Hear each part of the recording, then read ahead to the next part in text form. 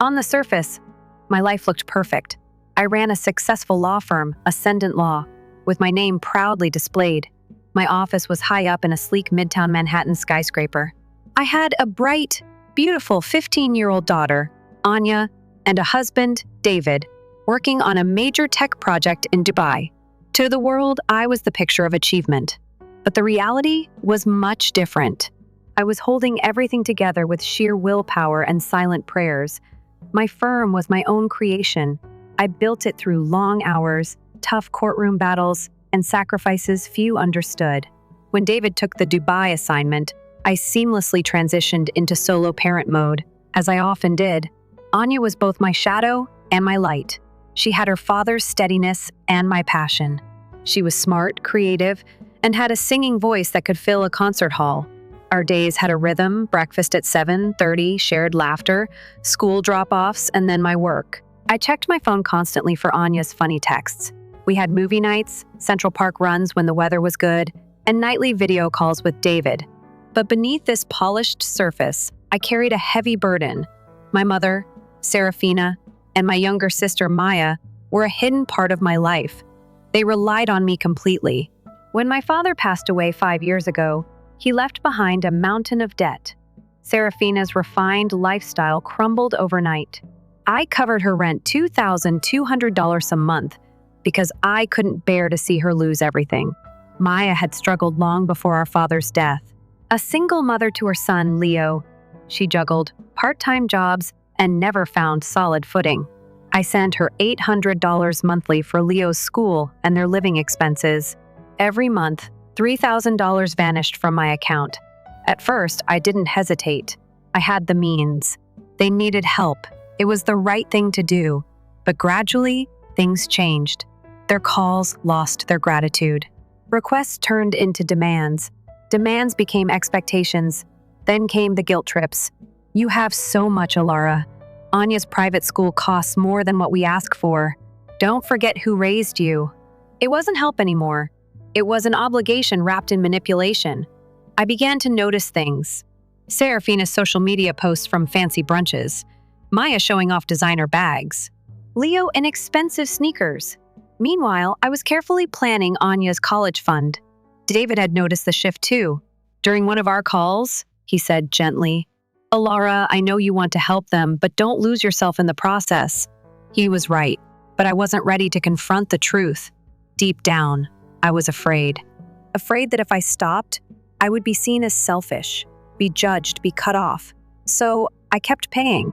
I kept pretending, until the day I stopped and everything fell apart. It started like any other hectic morning.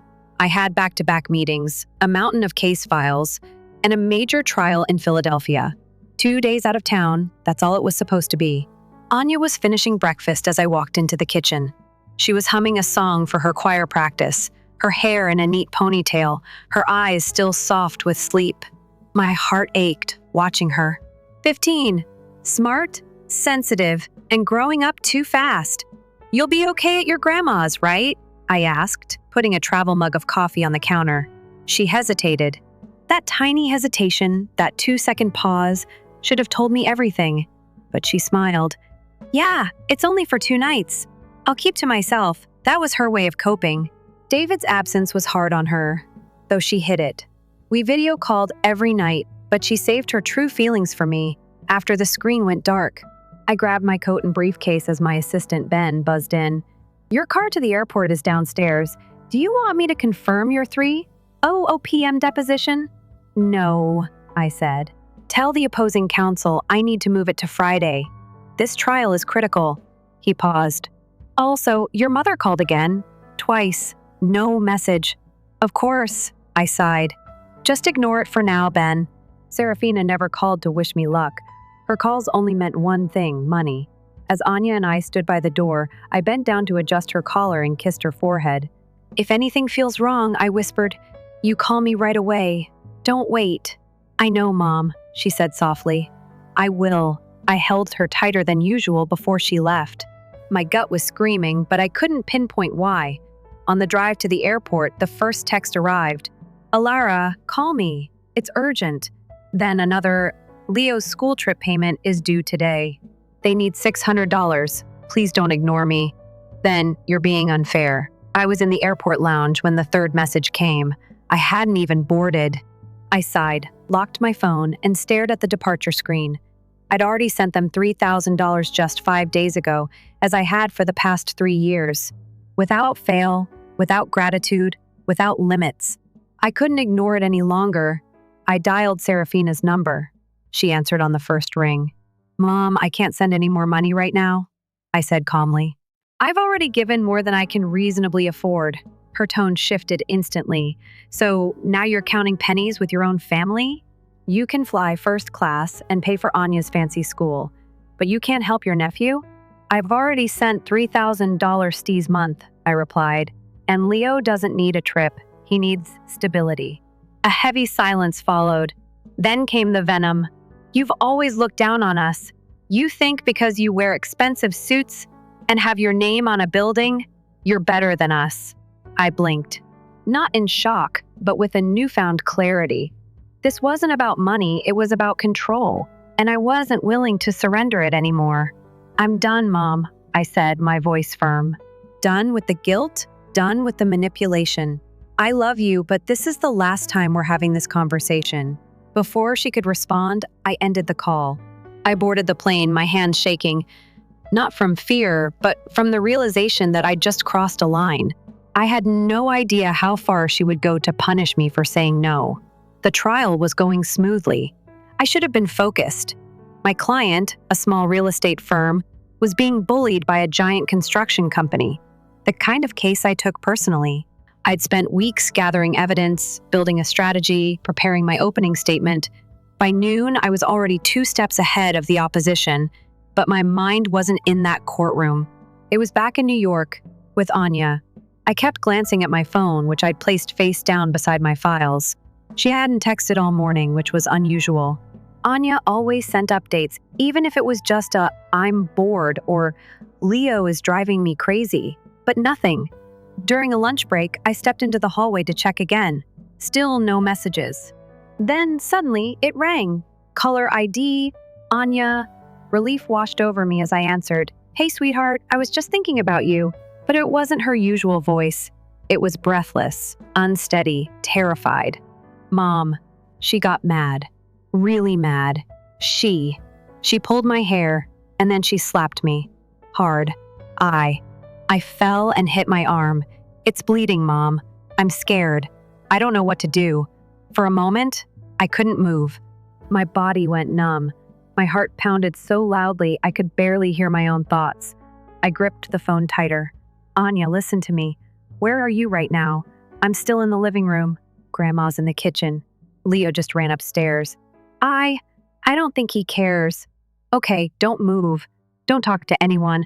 I'm calling the police right now. They're coming to get you." "Please hurry," she whispered. "It really hurts." I wanted to scream, but I couldn't fall apart. Not now. I ended the call and immediately dialed 911. "This is Alara. My 15-year-old daughter is at her grandmother's house and has just been physically assaulted.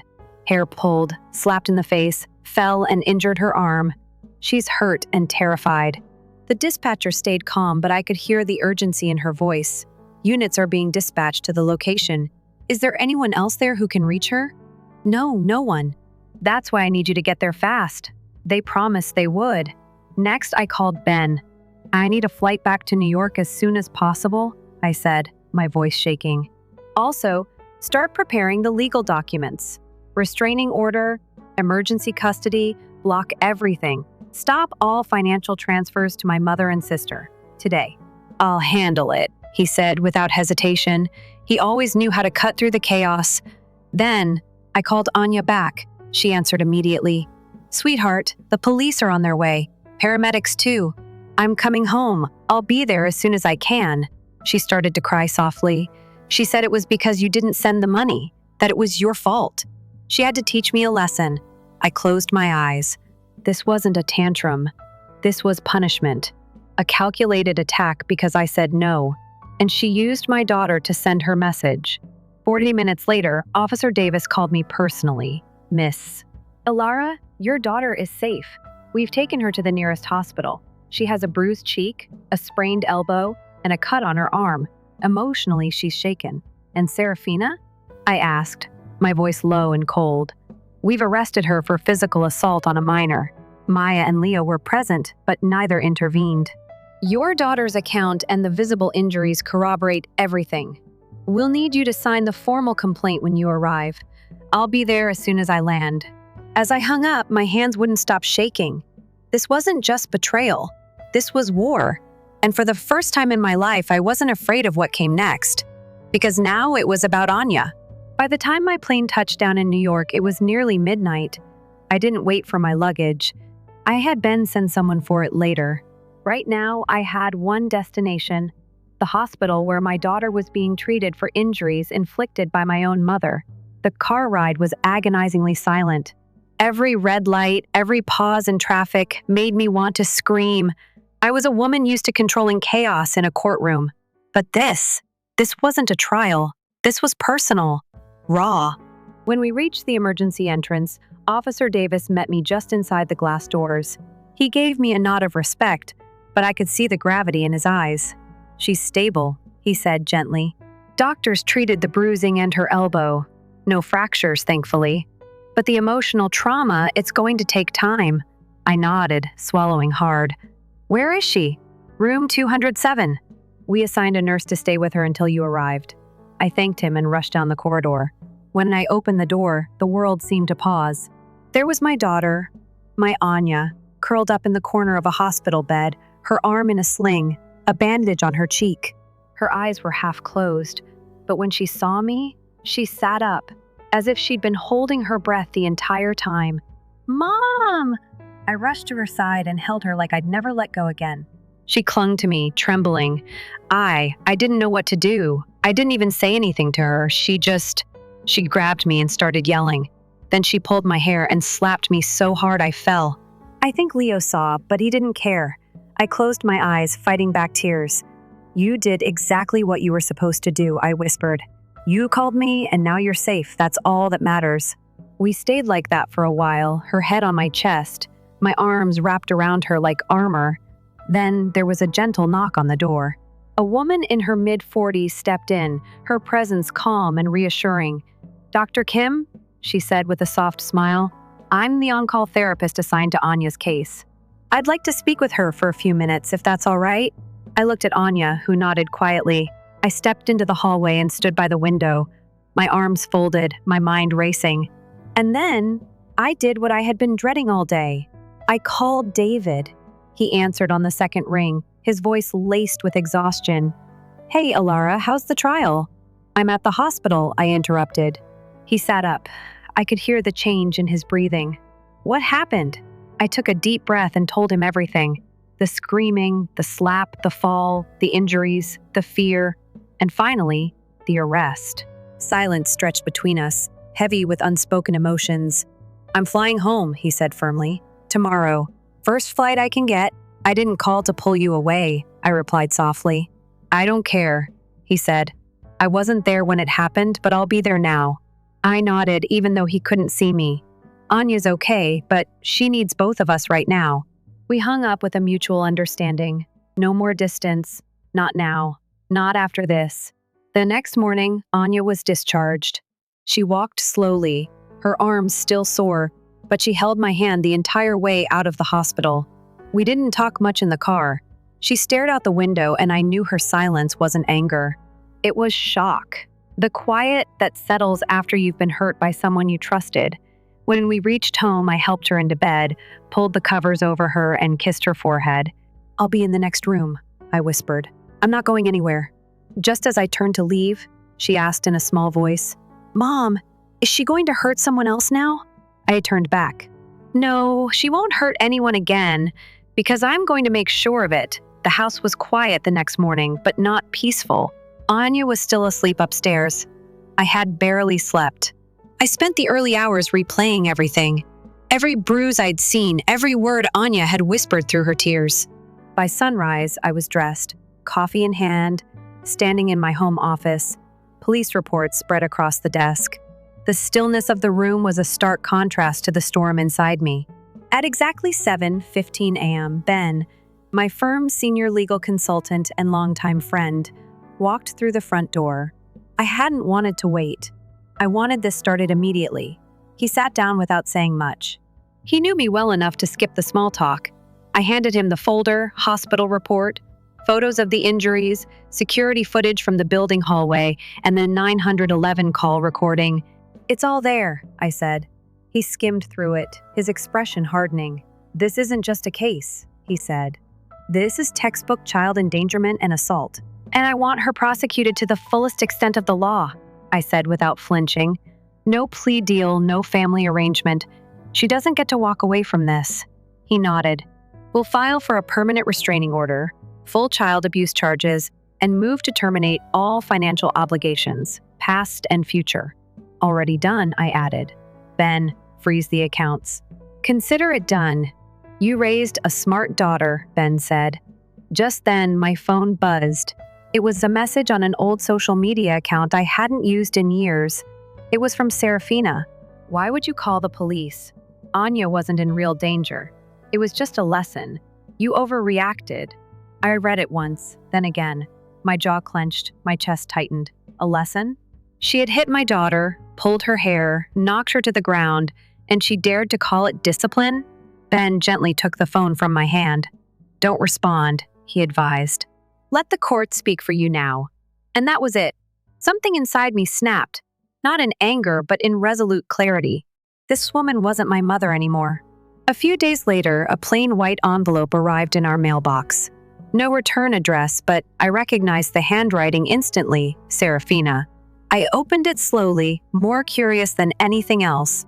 "I won't ask for forgiveness anymore. I just hope you and Anya are doing well." That was it. No apology, no ownership, just a quiet admission of loss. I read it once, then walked to the shredder, fed the paper through, and watched it disappear, strip by strip. Forgiveness? Maybe, one day. But trust? That bridge was burned. These days, our home has a different sound. It's filled with music Anya's singing in her room, humming while doing homework. It's filled with laughter David making his usual goofy jokes at dinner.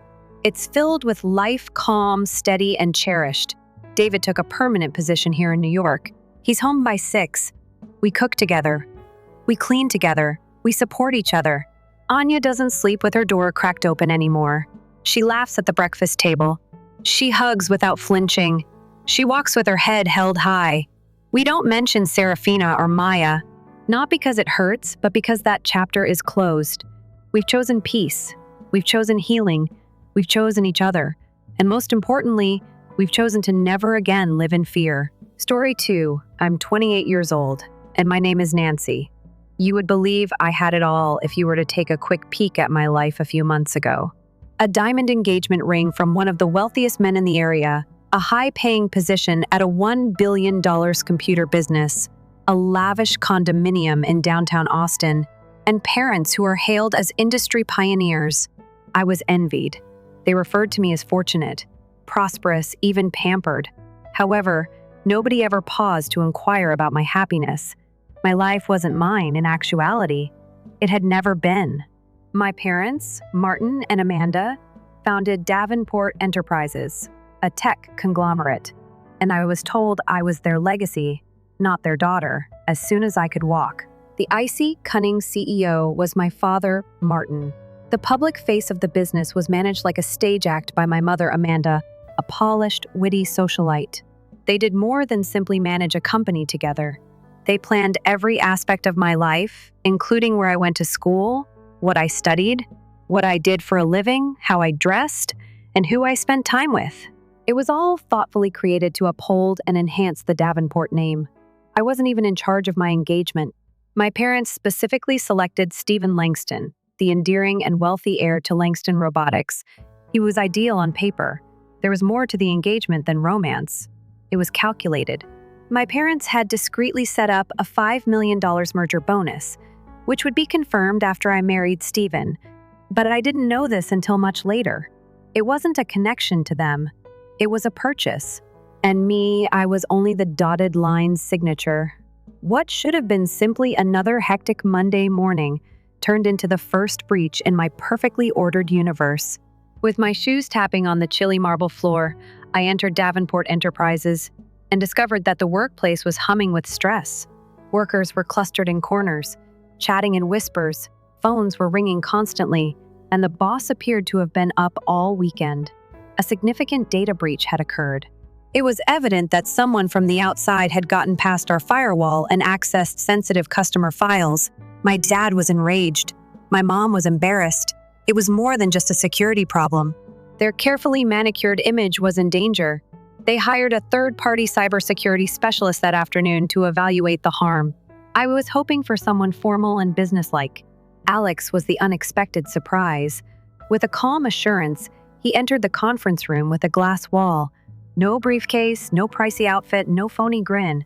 He was wearing a laptop draped over his shoulder, slacks, and a crisp button-up shirt.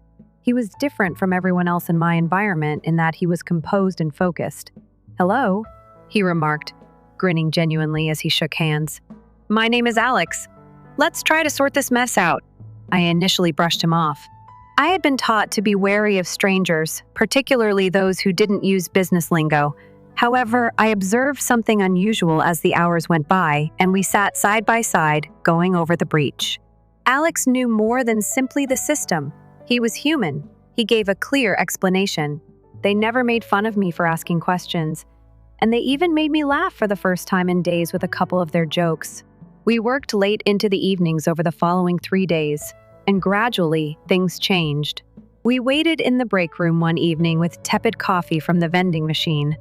Long after the most of the staff had departed, I found myself discussing the engagement, the pressure, and how everything in my life felt borrowed. Alex paid attention, not with half an eye elsewhere, as most people do, but with complete focus. Then he said something I will always remember. He said that life is too short to live for someone else's idea of success. I met his brown eyes. "Nancy, you are deserving of happiness, not only practical." Long after he left that evening and the breach was fixed, his words continued to resonate with me. Every time I glanced at my engagement ring, they reverberated in my mind. All my life, I had been of service. Perhaps, however, it was time to make the decision to be happy. Alex and I stayed in contact after the breach was fixed. A coffee here, a few texts there. He had no agenda and no obligations.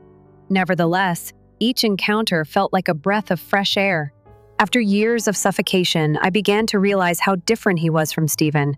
Where Stephen spoke of quarterly earnings and growth projections, Alex talked about passion, ethics, and building things that mattered. But my parents noticed the shift in me. They could sense my hesitation about the engagement, and it didn't take long before their concerns turned into warnings. One night, my father summoned me to his study, a cold, mahogany-lined room that always smelled faintly of leather and silence. He sat behind his massive oak desk, his hands folded neatly in front of him. "Sit," he said firmly, not looking up from the document in front of him.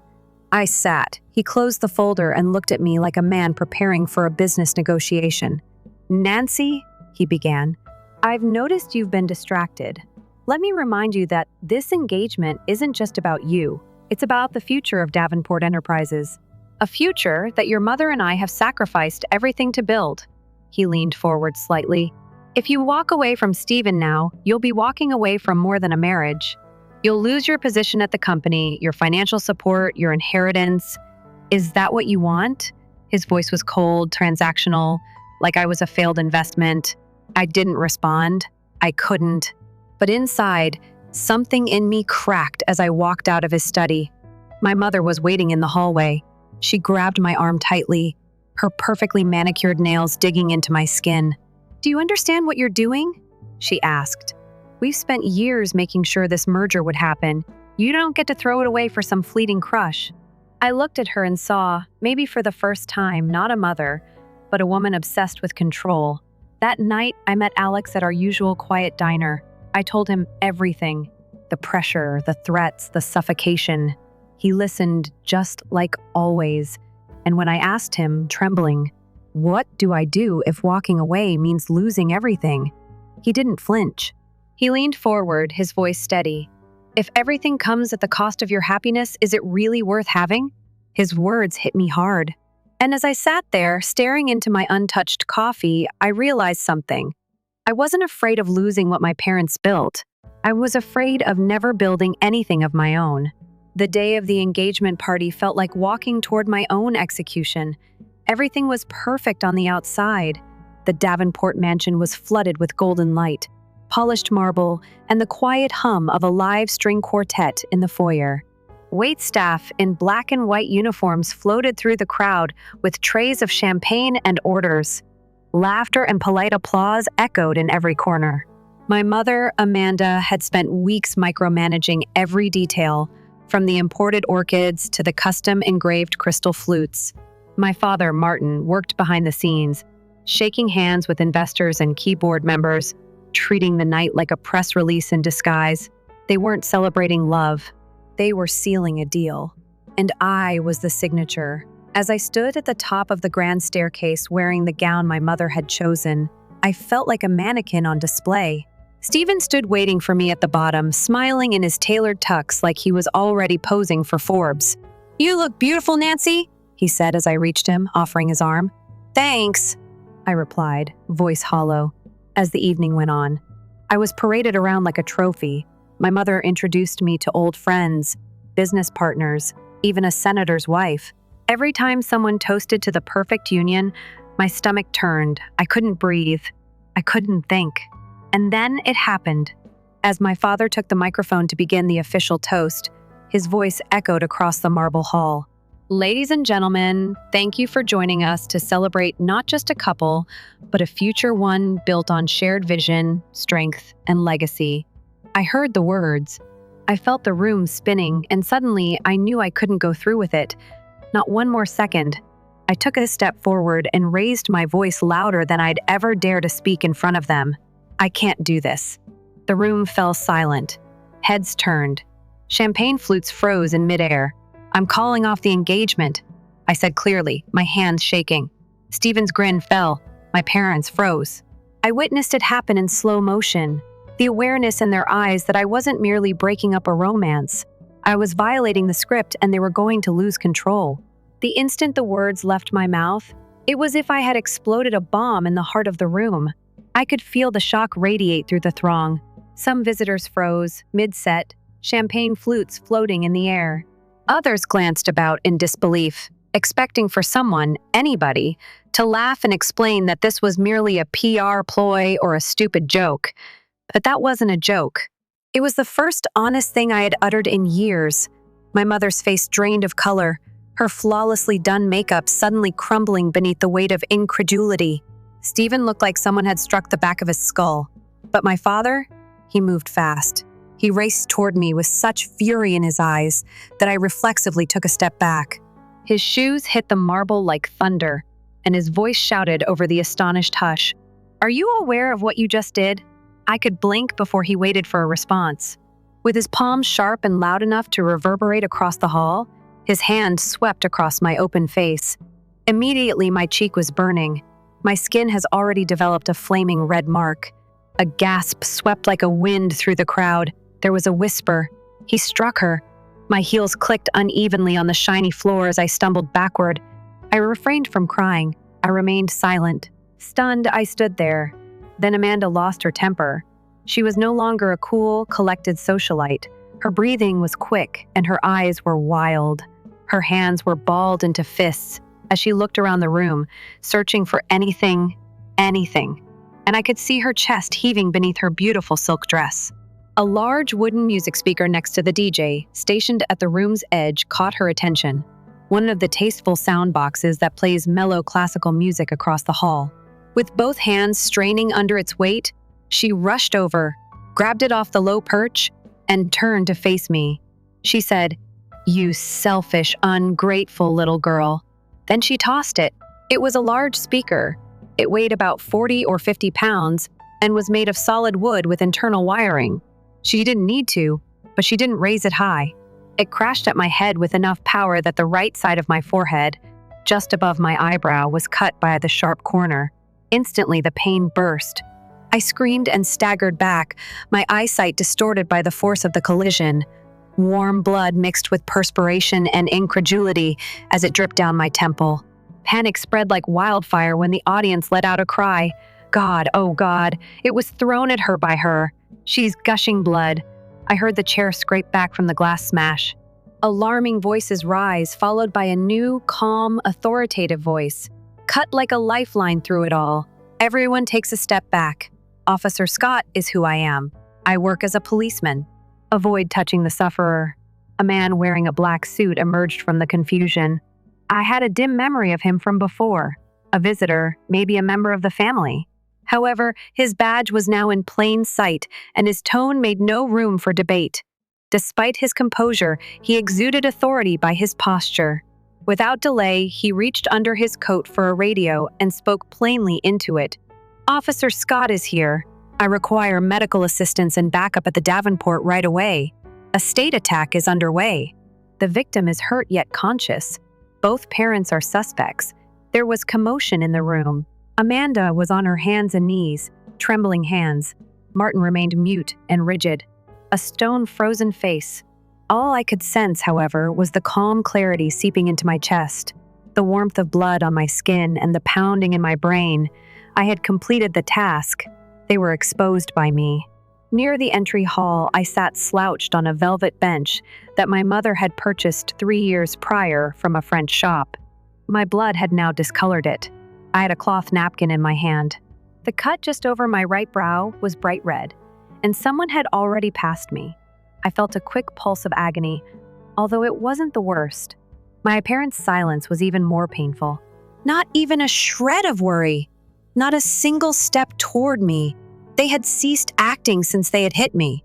I had too, all around me. Whispers, phone flashes, and mayhem had taken over the majestic auditorium that had served as the backdrop for their flawless performance. Unwilling to align themselves quite yet, guests either scurried away from the spectacle or stood still in groups, uncertain whether to go or stay. Officer Scott, however, remained calm. With one hand resting lightly on my arm, he knelt next to me, his badge still showing. "There will be assistance soon. Calmly, just stay with me. Now you're safe." I gave a nod, lightheaded yet attentive. When I shifted, the world tipped slightly and my head ached, but I persisted. Within minutes, the huge arched windows were filled with the harsh rise and fall of sirens. The marble flooring were splattered with blue and red lights. An ambulance and 2 police cars arrived at the circular drive of the estate. Paramedics and uniformed cops hurried inside. Martin made an attempt to stop the cops. He protested with a high voice. "There is a miscommunication here. She is exaggerating." Officer Scott jumped right in. In front of more than 100 guests, her father struck her across the face. She was then struck by her mother using a wooden speaker. I called it in myself after seeing the second assault firsthand. Numerous witnesses and obvious injuries are present. She's gushing blood. There is no negotiating this. The cops didn't wait for more dispute. Amanda remained on the ground. Her face was expressionless. "Right now! Stop yelling! No more anger! Just silence," as if she knew the story could not be saved any longer. After turning her around and gently dragging her to her feet, an officer cuffed her hands behind her back. As he led her through the stunned crowd, he read her rights and said, "You're under arrest for aggravated assault." Martin was turned to by another officer. "You're also being held for domestic abuse, sir." Martin's expression remained fixed, not even a flinch. He also consented to be cuffed. In front of the people he had previously ruled, he was too proud to oppose. However, I noticed his jaw tensing. Inside, he was unraveling the only indication. I was contacted by the paramedics. Next, one knelt next to me and put on gloves, while another flicked on a little flashlight and opened a kit. "We're going to investigate." "Okay," gently the physician remarked. He examined my pupils, cleaned the wound on my forehead, and inquired about my symptoms. Vision, lightheadedness, and nausea. I gave an honest response. He put a new bandage on you and remarked, "You're stable. There are no signs of a concussion, and the bleeding is under control. Unless you want a thorough scan at the hospital, we don't have to take you in." I gave a head shake. "I'd want to remain. I want to finish this." As they assisted me in standing up, he gave me a little nod of respect. I glanced at the room's well-known walls and chandeliers. People used to grin at me as if I were a member of the royal family. They looked at me as if I were a stranger now. It didn't bother me. Officer Scott made a last approach. We will prepare a comprehensive incident report. You ought to speak with a lawyer as well. You have a compelling argument. I inhaled deeply. I didn't feel like a pawn for the first time in years. I was no longer going to remain silent because I felt like a human. I'm making accusations, I said unequivocally against them both. The headlines were already all over by the next morning. At the high-class engagement event in Davenport, parents attacked tech areas. Arrests followed the terrible violence. Nancy Davenport raises her voice. I'm making accusations. Overnight, videos from the engagement celebration went viral. Videos of the slap and the speaker being tossed had been captured by guests. My face was covered with blood, even the arrival of the cops. After the video from morning talk programs went viral on Twitter, I received a ton of encouraging notes in my email. Others were surprised, all incredulous. But the peaceful stroll I took into a lawyer's office that morning was more important to me than all of that. Unlike my parents' headquarters, the structure was not ostentatious. It was nestled between two historic cafes in the heart of the city, with a wooden sign that said Miller and Lane Criminal Law and ivy climbing up the bricks. A headline wasn't necessary for me. I required assistance. Within, Claire Lane, a seasoned trial lawyer with unblinking eyes and a voice that immediately gave you the impression that someone was on your side, was presented to me. As I told her about the years of control, the planned engagement, the emotional strain, and ultimately the party violence, she listened intently. She took notes silently and without interruption. She shut her notepad and glanced up when I was done. Nancy, you're really courageous. Not only was what transpired reprehensible, it was illegal, and that is how we will handle it. We started the legal process of charging Amanda Davenport with aggravated assault with a weapon and Martin Davenport with domestic abuse and public physical violence. Officer Scott's direct witness account, the police report from the site, the paramedics' medical records, and the innumerable guest recorded films are all gratefully acknowledged.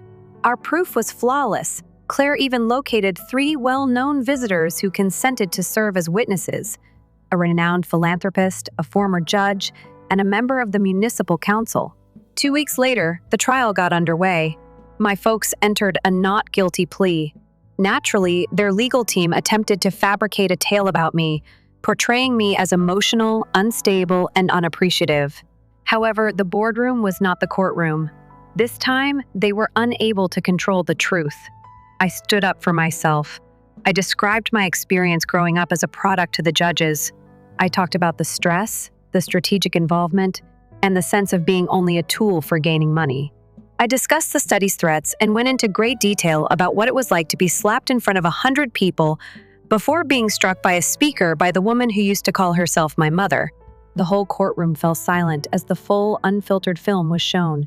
And I knew we were going to prevail when Officer Scott, the last witness, came out and corroborated every detail in a cool, collected manner. The judge's decision in the case of the state of Texas versus Amanda and Martin Davenport was given 2 weeks later. Both defendants are found guilty on all charges by this court. Amanda received a 4-year sentence without the possibility of early release from state prison. Martin was sentenced to 18 months in prison for assault and further punishment for trying to obstruct the inquiry. In court, they were handcuffed. Camera crews were not permitted. No lights that flash. Pure and simple justice.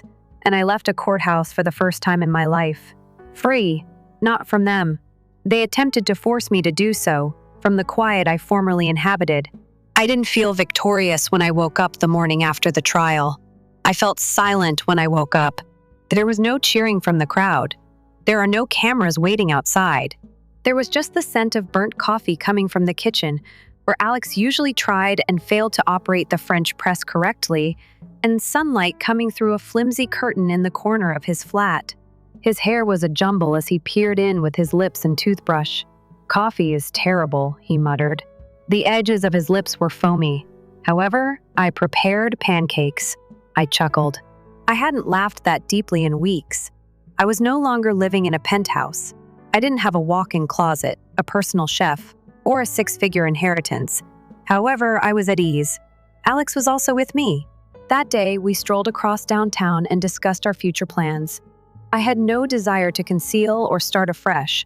I was unknown. I wanted to start again exactly where everything had gone wrong. After years of advising with businesses, helping them patch vulnerabilities and educate them how to secure their data before it was too late, Alex had an idea. I had always appreciated his methodical, open, and sometimes rebellious approach to challenges to convention. He said, "You've got the analytics brain, the technical side is mine. Why not construct something from scratch?" It sounded unfeasible. It sounded great too. We had nothing at first, just a co-working location, 2 laptops, and a shared workspace. A name too. No safe systems. Simple, real security was our mantra. Real honesty. Real people. Other businesses, meanwhile, concentrated on dazzling AI and unbreakable paywalls. We developed connections.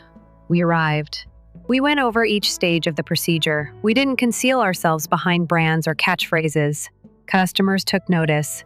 The first came from a modest nonprofit organization called Word of Mouth, a startup that requires a safe platform.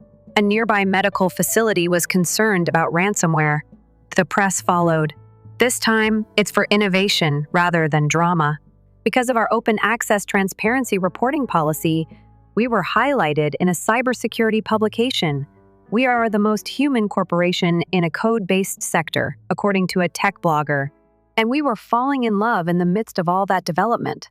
The gradual, steady sort, not the dramatic kind, not the movie scene rush, the type that is designed to arrive at 2 a.m. with pizza and a USB stick, the type where someone answers the phone when you're too frightened to talk and remembers your coffee order, the type in which a 2-person quiet doesn't seem empty. It has the sensation of comprehension. On the roof of our building, we celebrated our first significant milestone, signing a big deal with a national logistics company with inexpensive champagne and grocery store cake. I was giggling at something Alex said as I stood there holding a paper plate. Additionally, I didn't feel owned, monitored, or controlled for the first time in my adult life. I was liberated. We continued to work. We continued to expand. Between a business expo and a software deployment, Alex and I looked at one another and decided we didn't want to continue focusing only on growing our firm. Our goal was to create a life. We did not organize a lavish wedding. I didn't want another audience, another platform, or another ceremony that was meant for press releases rather than promises after everything I'd left behind. So we took our own approach. In early spring, on a Saturday morning, just outside of Austin, in the grounds of a little ancient church, Alex and I were encircled by trees, our closest friends, and no photographers. The scent of lilacs and fresh dirt filled the air. A gentle wind blew across the lawn. Our vows were written in our own handwriting on mismatched index cards while we held hands. Alex gave me a look as if I were the only person in the world. "Nancy, you weren't made to fit anybody else's mold." "Oh," he said, voice steady. "You were destined to shatter it. And seeing you grow into who you are is the greatest thing I have ever loved. I hardly finished mine without sobbing with you. I'm useless. I am not a legacy. I'm sufficient." We had a kiss beneath a wooden arch, adorned with fairy lights and florals. There were just around 20 attendees, yet they cheered and clapped like there were hundreds. In a way I had never experienced before, my heart was full. We didn't go to Paris or Santorini for our honeymoon. We ate boxed cereal and watched old movies for 3 days in a lakeside cottage without mobile reception. It was flawless. We returned more energized, concentrated, and in unison. But there was still one more surprise in life. After a few weeks, I found myself standing in the restroom, gazing at a small white stick that had 2 pink lines on it. I remained silent for a while. I just placed my palm on my stomach and sat down slowly on the tub's edge. A breath caught in the middle of amazement and elation. Alex froze when I eventually informed him. Then he grinned. It's a little, quiet smile that conveys the sense that everything has changed. He knelt down and put his palm on my tummy, whispering, "We're having a baby, me and you. This will be done our way." It wasn't an easy pregnancy. I was constantly exhausted. My back hurt. Commercials made me cry, and I had to gag when I smelled coffee. But there was a silent, constant thrill to go along with every ache. We discussed names. We read blogs on parenting. We decorated the nursery with cozy blankets, soothing music, and books we used to adore as children, and we painted it a light shade of sage. Alex, too. He was a rock. When I had long work nights, he helped me relax. He attended all of his doctor's appointments. He wrote phrases like "You are literally making a human" on sticky notes that he placed on the refrigerator. "You're great." Week by week, we monitored the pregnancy. The 4th month. For the first time, she kicked. Only a flutter. 7th month. Alex constructed the crib himself. The 9th month. With a hand on my round tummy, I stood in the nursery doorway and experienced the most profound calm I had ever experienced. Finally, she showed up at precisely the perfect moment. Nora, our daughter. 7 lbs. 11 Oz to curls that are dark. My nose. The dimples of Alex. I sobbed when they initially put her in my arms. Because of the weight that was taken off my shoulders at that very instant, as well as the overwhelming affection, the anguish, the shame, and the pressure from generations past, I was the one who halted it. Nora would never have to earn affection as she grew up. She would never be instructed to grin in order to preserve someone's reputation. She would learn as she grew older that her value lay in who she was, not in what she accomplished. There are times when I find myself standing near Nora's crib during the quiet hours of the night. Her little fist is curled up next to her cheek as she sleeps, her eyelashes fluttering on skin that hasn't yet been touched by harshness or expectation, her breathing calm and gentle. The chamber is warmed by the night light's brightness. You're already plenty, casting gentle shadows on the wall where a wooden plaque says, "It's not for her alone, it's also for me." I used to believe that love had to be earned. The only reason for that accomplishment was obedience. To be useful meant to be strategic, molded, and quiet. That my voice, my dreams, my sentiments, and my distractions were all flawed. A threat to the empire from which I was born. However, the girl is no longer there, and someone I now recognize has taken her place. I'm not Davenport, I'm Nancy, nor a pawn in someone else's tale, nor a brand. Only Nancy, a woman who said nothing more while standing in front of her parents. A lady who started from nothing and created something significant. A lady who made the decision to choose love. Romance that sees, encourages, and remains, not simply romance. A lady who respected her suffering, carried her history, and created peace. My parents didn't get in touch. Following the sentencing, there were rumors and unsuccessful attempts by attorneys to challenge some vacuous claims. I never answered. I didn't require retribution. I was already victorious. I didn't win by seeing them go down. In deciding to advance in a new way, Alex and I kept expanding our business. We've grown, brought on a small staff, and started an outreach initiative to support underrepresented or silenced women in technology. It's among our proudest accomplishments. Nonetheless, our proudest feature. With her beloved plush elephant nestled beneath her arm, she is dozing off along the corridor. And I know the cycle ended with me each time I hold her. Nora will never grow up being hesitant to talk. She will never question whether her value is based on how valuable she is.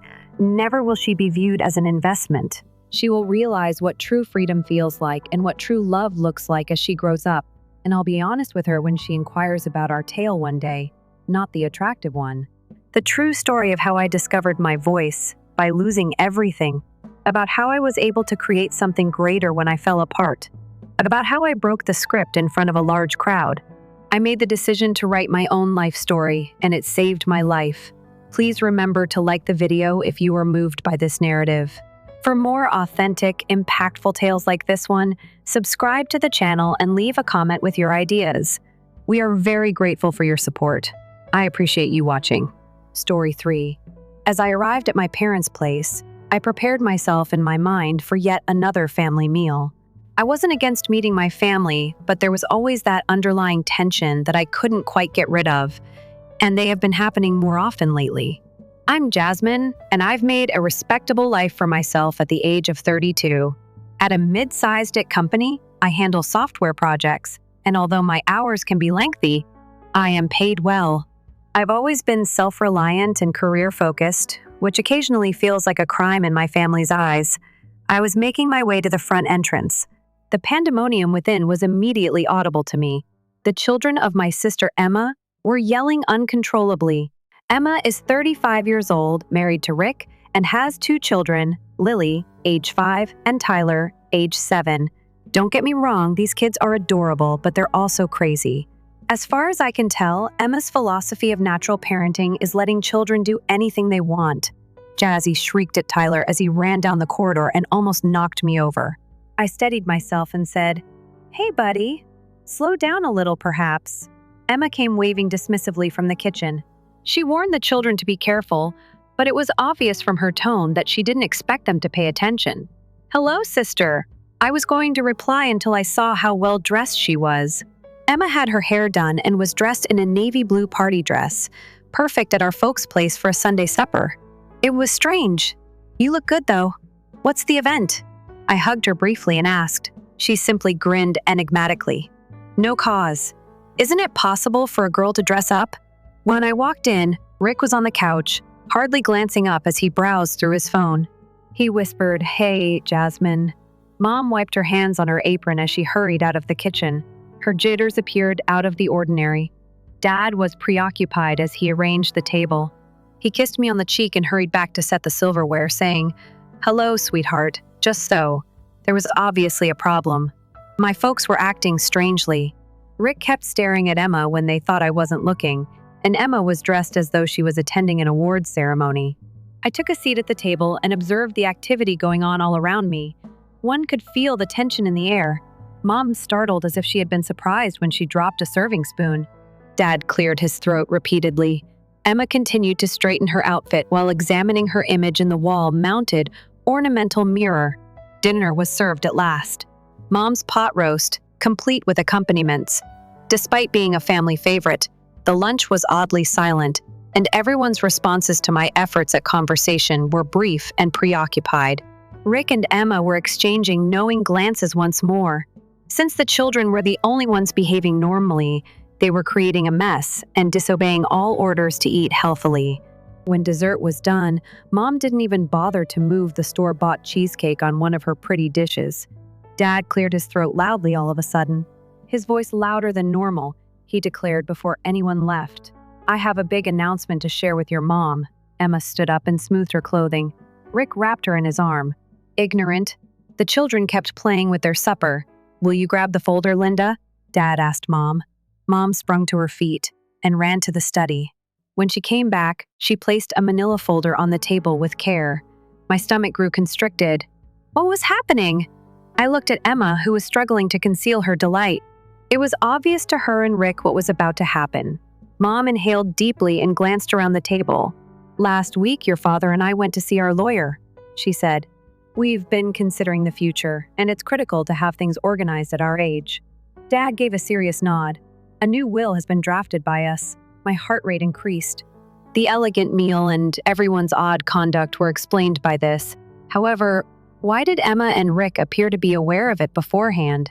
Mom went on, her voice quivering a little with what seemed like practiced passion. "We've made the decision to give Emma this house and everything in it." The remarks were like a kick to the stomach. Emma pretended to wipe away her tears while I sat there motionless.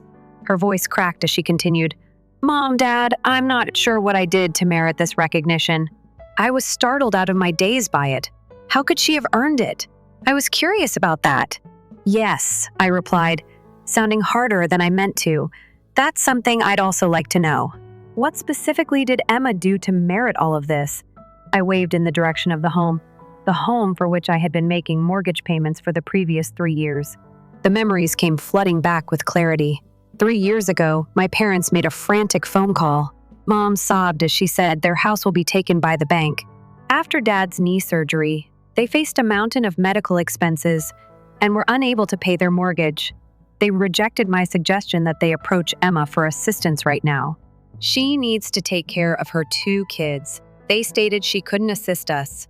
So I took the initiative. I postponed my intentions to purchase my own property.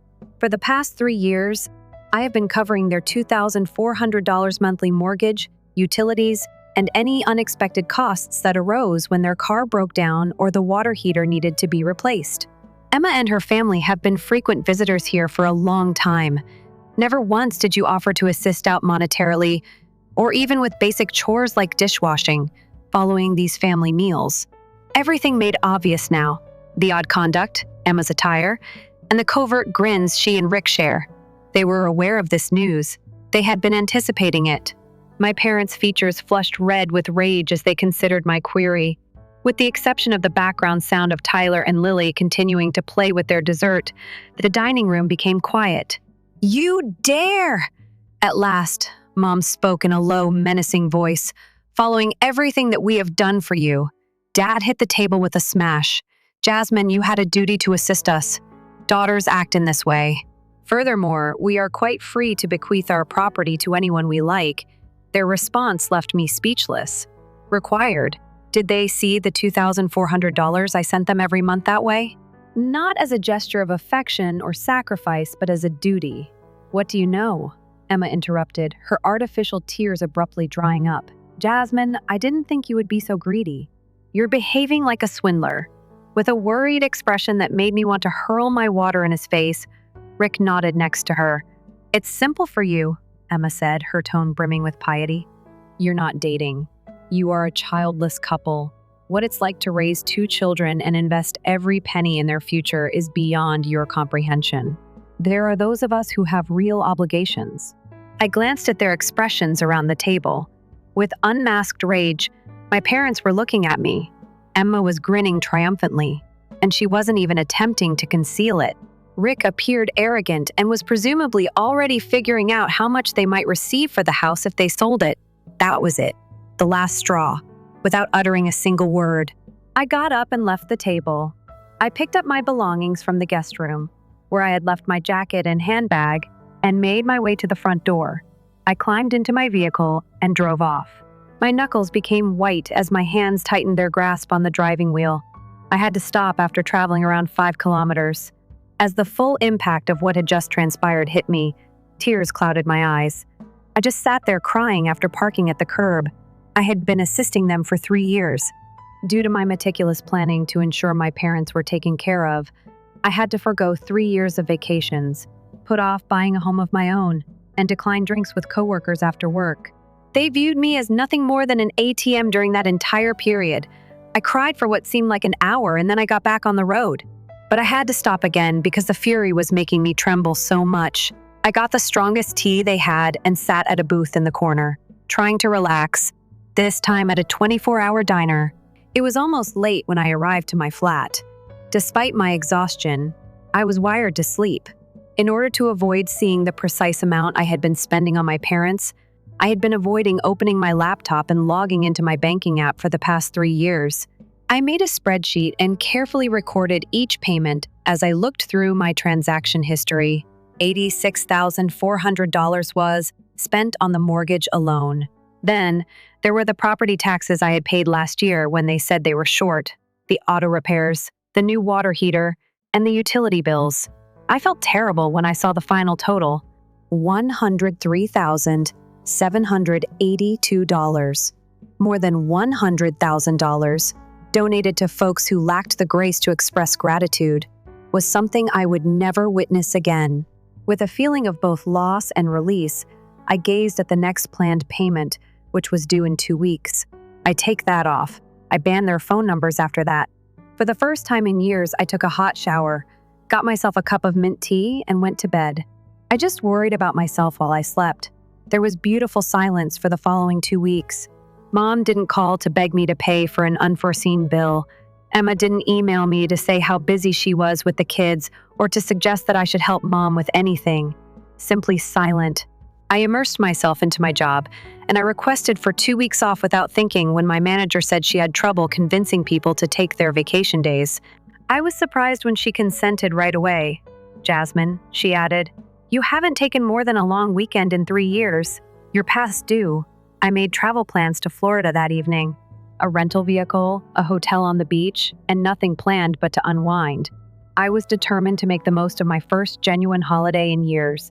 I was reviewing my packing list the day before my departure to make sure I hadn't missed anything. My phone began to buzz. When I looked at it, my mother's name appeared on the screen. After a week, not out of forgiveness, but rather to find out if there was a real emergency, I unlocked her number. I choose to disregard it. She kept calling. Then Dad called. Next, Emma. Let's go back to Mom. It was unrelenting. What did I ultimately pick up after around 20 calls? Already regretting my choice, I lost my temper. The money is nowhere to be found. Mom yelled without even saying hi. The bank called to remind us that the mortgage payment was due yesterday. Did you not send the money? I was unable to resist. I chuckled. It was almost astonishing how bold it was. Why is it so funny? Mom insisted. Jasmine, this is serious. The money must be sent immediately. Let me clarify, I responded, continuing to laugh incredulously. You expect me to continue paying for the home even if you give it to Emma in your will. Are you serious now? This is serious, she shouted. The house can be lost.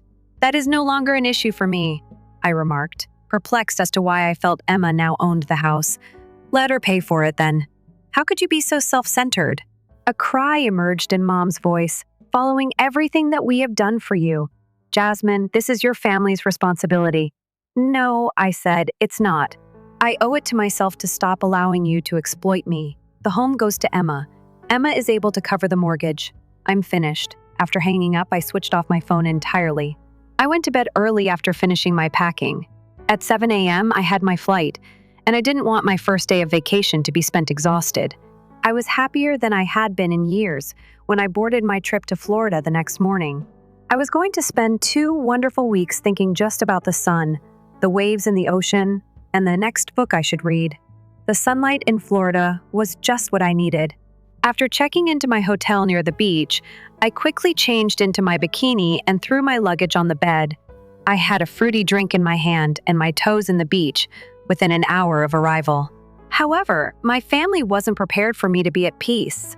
I ignored the calls and texts that kept buzzing on my phone.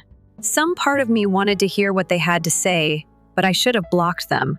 Like seeing a slow-motion automobile wreck. The bank phoned again, Mom. That money is urgently needed. Dad, your mom is really unhappy. Give us a call right now. How could you harm our parents like way, Emma? Their house will be taken away from them. Emma escalated when no one responded to her texts. I have 2 kids. The mortgage is beyond my means. It must be paid. You are accountable for it. The couple on the beach terrace next to mine were startled when I burst out laughing at that last one. I made the decision to block them all once more and spend the next few days concentrating on my vacation. For 3 years, I lived the life I had been denying myself. I slept in as late as I wanted, ate at nice restaurants without checking the prices, went on a sunset cruise, and went swimming in the ocean. I didn't think twice about sharing the selfies I took at local landmarks and on the beach on social media. A huge error. The comments began to show up on my photos by the 4th day of my vacation. How can you be having fun, Mom, knowing that we're going to lose our house? So unkind. Emma, having no obligations while your family suffers must be pleasant. I hope you feel good about yourself. Rick, every night your sister sobs. Concerned about your parents? Enjoy your self-centered holiday, however. Something inside of me snapped, even though I should have removed the remarks and gone on. I uploaded a photo of myself with a stunning sunset in the background and said, "First vacation in 3 years." Since I was sick of playing the bad guy in their tale, I paid my parents $2,000 and $400 a month for the years. At that point, chaos ensued. Family members I hadn't spoken to in a long time began to leave comments, inquiring as to what was happening. What is this about you paying your parents' mortgage? My cousin Alicia sent me a private message, and it was something Linda had never said before. Anyone could get a response from me. I received a fresh notice on my phone. The family WhatsApp group has deleted me. I texted my cousin Alicia out of curiosity to find out what was going on in the group. I got screenshots from her. A lengthy note had been placed by my mother. In our hour of need, our daughter Jasmine has deserted us. She has abandoned us out of envy for her sister, despite all we have done for her, including raising and supporting her. Her harshness might cost us our house. Please offer up prayers for us at this trying time. It made my blood boil.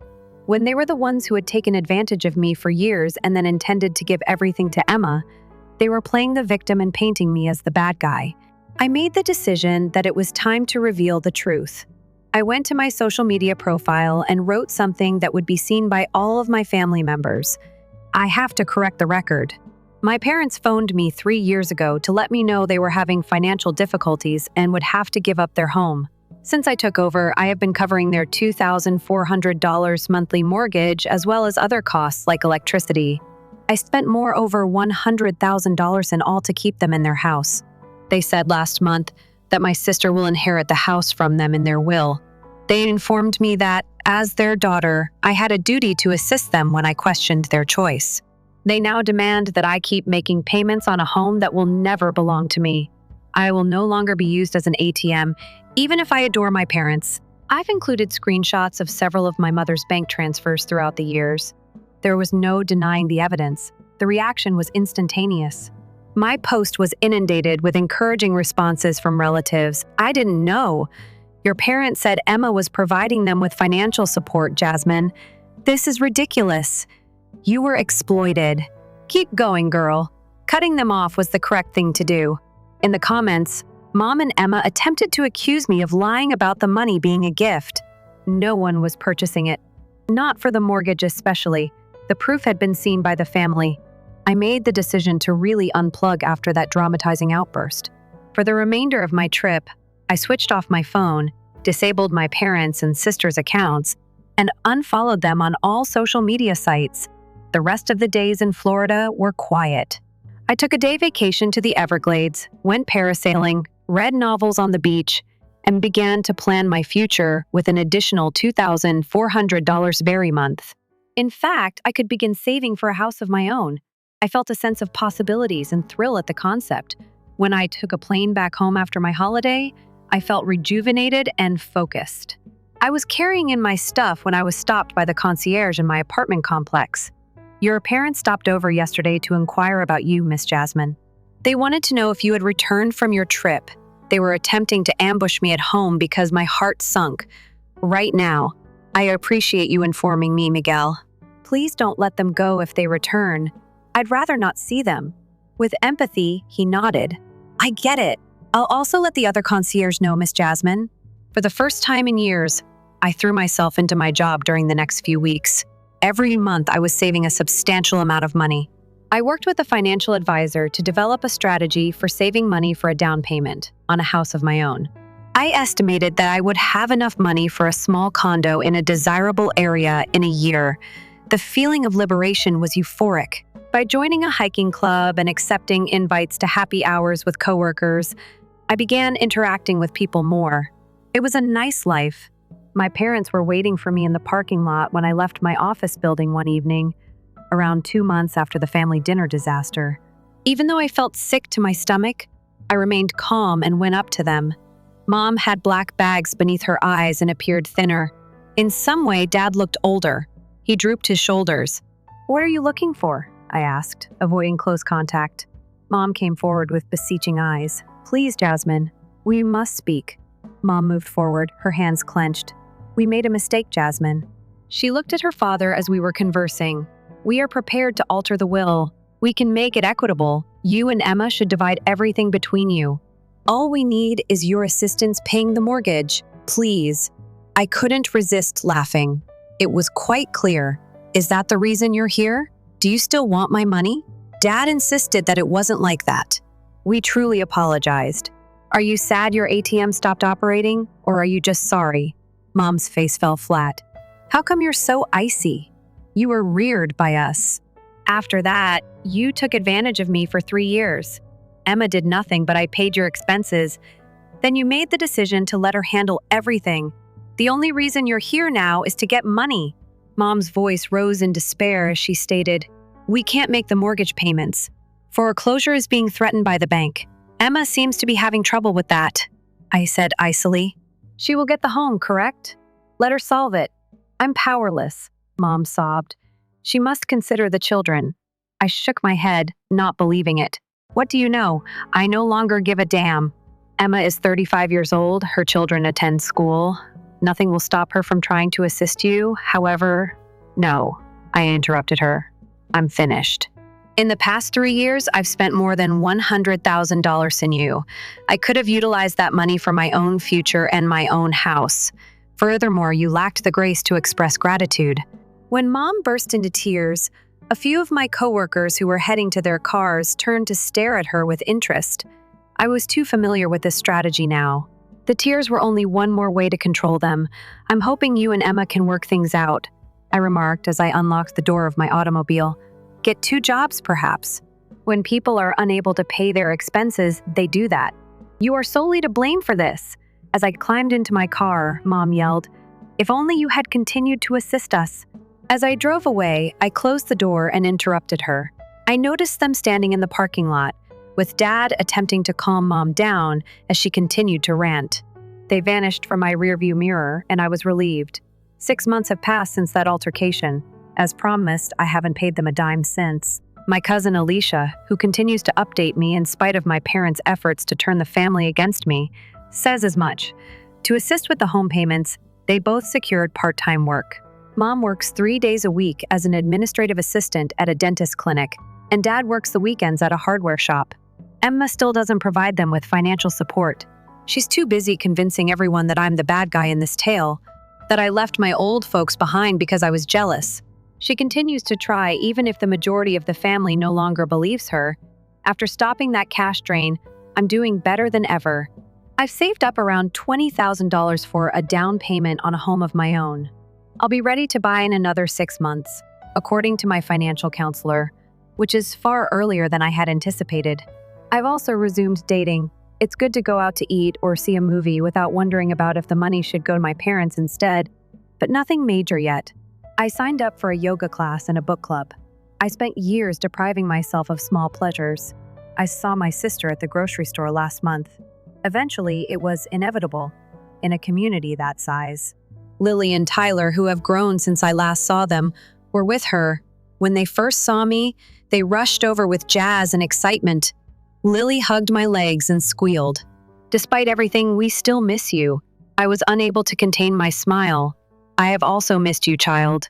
Emma stepped forward warily, her face reserved. "Children, come on, we're rushing." She stopped to glance at me as she drew them away. "You know, Mom and Dad are having a hard time. After doing those extra jobs, they're worn out." I slowly looked into her eyes. "That's difficult. You might be able to assist them." She became red. "I have kids to provide for, so you say." I looked at my shopping cart once more. "Farewell, Emma." After they departed, I had a peculiar sense of calm as I completed my shopping. I would have been wounded and enraged after that incident 6 months ago. I simply felt disengaged now, as if I were seeing the family drama of someone else. I had a glass of wine and sat on my balcony that evening, browsing through my laptop's real estate listings. Not far from work, a charming 2-bedroom condo just went up for sale. I remembered to give my realtor a call first thing in the morning. My cousin Alicia texted me, and my phone buzzed. "This Sunday, the family will eat supper at Grandma's. She wanted me to invite you in particular. Your parents and Emma won't be present." I returned the text with a smile. I would really want to attend. Learning that family isn't always what you want it to be has been a difficult road. Those who exploit your kindness are sometimes the ones who ought to love you the most. Although it was an unpleasant lesson, it was essential. I don't despise my sister or my parents. I've moved past the rage that overwhelmed me following that disastrous supper. I feel horrible for them now. I'm sorry they were unable to enjoy what they had. They regret losing a daughter who would have done anything for them if they had only been fair because of their avarice and partiality. However, I don't regret cutting them off. It turned out to be the healthiest choice I've ever made. I shut off my computer and gazed up at the night sky. I was appreciative of the clarity that distance brings. Instead of a daughter, my parents desired an ATM. Emma didn't want a sibling, she wanted a scapegoat. I also desired a family that appreciated me. Sometimes we find something better for ourselves when we let go of the things that are hurting us, but we can't always achieve what we want. I'll give you a call tomorrow regarding the condo. I'll eat supper with the family members who still show me respect next week, and I'll keep creating the life I desire every day, free from guilt and manipulation. That's worth more than any inheritance, it turns out.